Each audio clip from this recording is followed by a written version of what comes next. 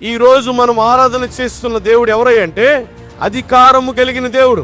ఆయన అల్లా టప్ప దేవుడు కాదు, రోషం కలిగిన దేవుడు, న్యాయకర్త అయి ఉన్నాడు, న్యాయాధిపతి అయి ఉన్నాడు. ఆయన నిజంగా కృప కలిగిన దేవుడు, వాత్సల్యత కలిగిన దేవుడు. ఆ కృపని వాత్సల్యతని నువ్వు దుర్వినియోగం చేస్తా ఉన్న సమయంలో ఆయన చూస్తూ ఊరుకునే దేవుడు కాదు.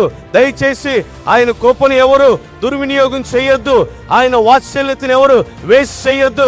దయచేసి ఆయన కృపాకాలంలో రక్షణ పొందండి, ఆయన కృపాకాలంలో మారు మనసు పొందండి. ఆయన కృప పొడిగించబడుతూ ఉంది, దీర్ఘశాంతము పొడిగించబడుతూ ఉంది.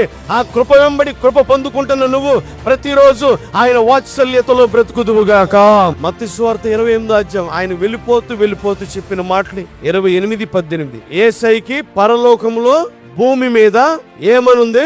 సర్వాధికారము ఇయ్యబడి ఉన్నది. ఎందుకయ్యా అంటే సిలువ మరణము పొందనంత వరకు ఆయన ఏం చూపించాడంటే విధేయత చూపించాడు.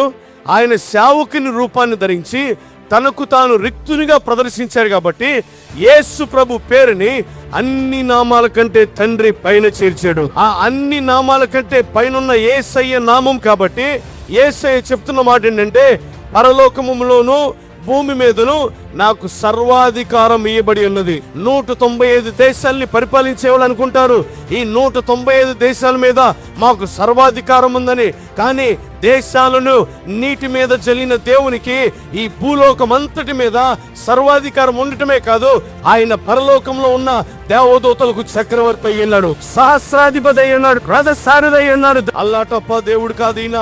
ప్రపంచంలో ఏ చీకటి శక్తి అయినా, ప్రపంచంలో ఏ చిల్లంగి శక్తి అయినా, ప్రపంచంలో ఏ చేతబడైనా, ప్రపంచంలో ఏ బాణమతైనా, ఎవరైనా సరే యేసయ్య ముందు సాష్టాంగపడి నమస్కారం చేయాల్సిందే. అధికారం కలిగిన దేవుడైనా ఆయన పిల్లల్ని ఇక్కడ శిక్షిస్తూ ఉంటే చూస్తూ ఊరుకునే దేవుడు కాదైనా, ఆయన పిల్లల్ని హింసిస్తూ ఉంటే చూస్తూ ఊరుకునే దేవుడు కాదైనా, ఆనాడు హామానుని ఉరిదీసిన దేవుడు ఆయన ప్రజల నెమ్మది కోసం ఎవరినైనా గద్దె దించడానికి సమర్థుడైన దేవుడు ఈ మహాచక్రవర్తి యేసయ్య.